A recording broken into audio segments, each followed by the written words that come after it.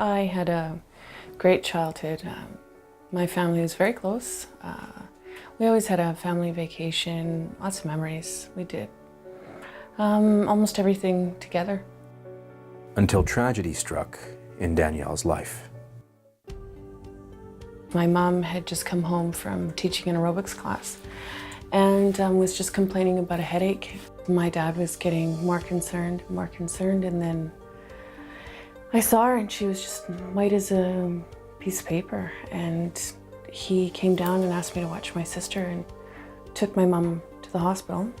And by the time they had reached the hospital, her left lung had collapsed and the left-hand side of her body had become totally paralyzed, and she was put into the ICU right away.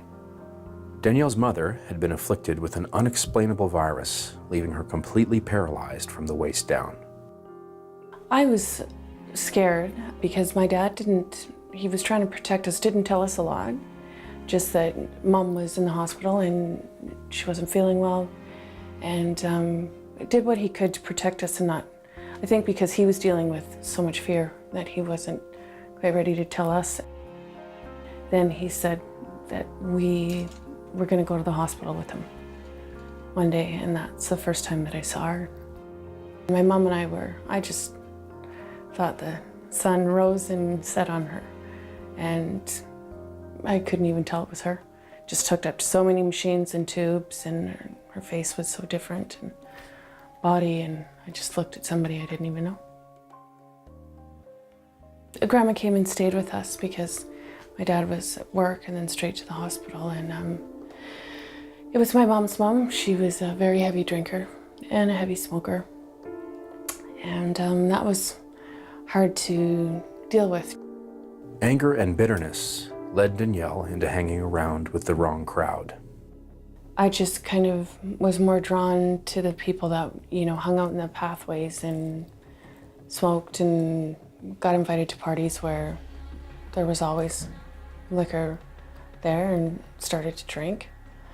I didn't think anything of it to skip school. I'd been suspended. I slipped right into the role, and it just became kind of the person that I was. I didn't want to go home because I hated seeing my mom when we did bring her home from the hospital. And she was in a strapped-down wheelchair and needed a lot of personal care.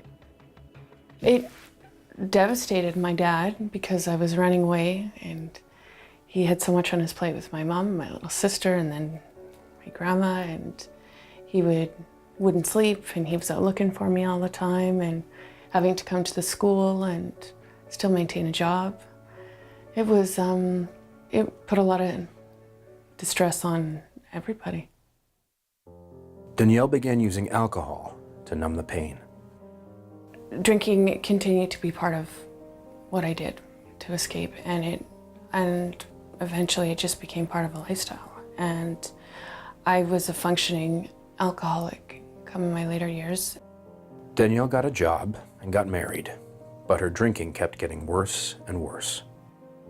I knew how many people I was hurting, including myself, and just tried to, if I didn't think about it or see it, then I could pretend that it wasn't happening.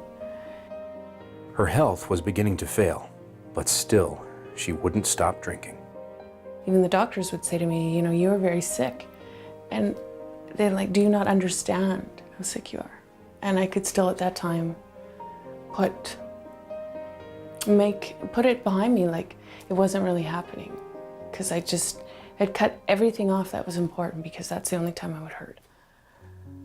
Her husband left, unable to watch Danielle kill herself with drink. When I hit rock bottom, I hit really hard. I had lost, well, of course, everything that I love, everything I'd worked for, everything I went to school for. Anything that mattered to me was gone. I couldn't even imagine having a future, and just now the shame and guilt that I lived with every day, I didn't even really want to continue. With her liver, heart, pancreas, and gallbladder all at risk, Danielle was told she might not survive the night. It just overwhelmed me, and I literally got on my knees and I cried. And I said to God that I know you're still there because you took care of me when I sure have not been. So somebody was taking care of me, and he's much bigger than me.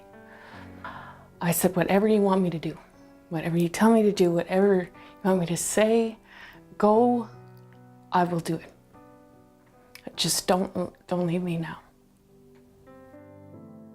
Miraculously, Danielle survived the night.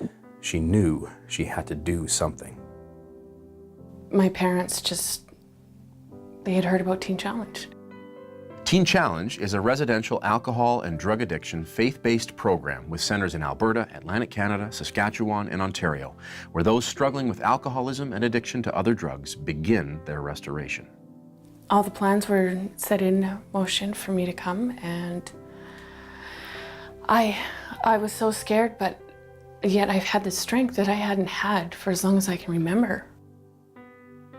When I landed, I think that Jesus was here and he was waiting for me.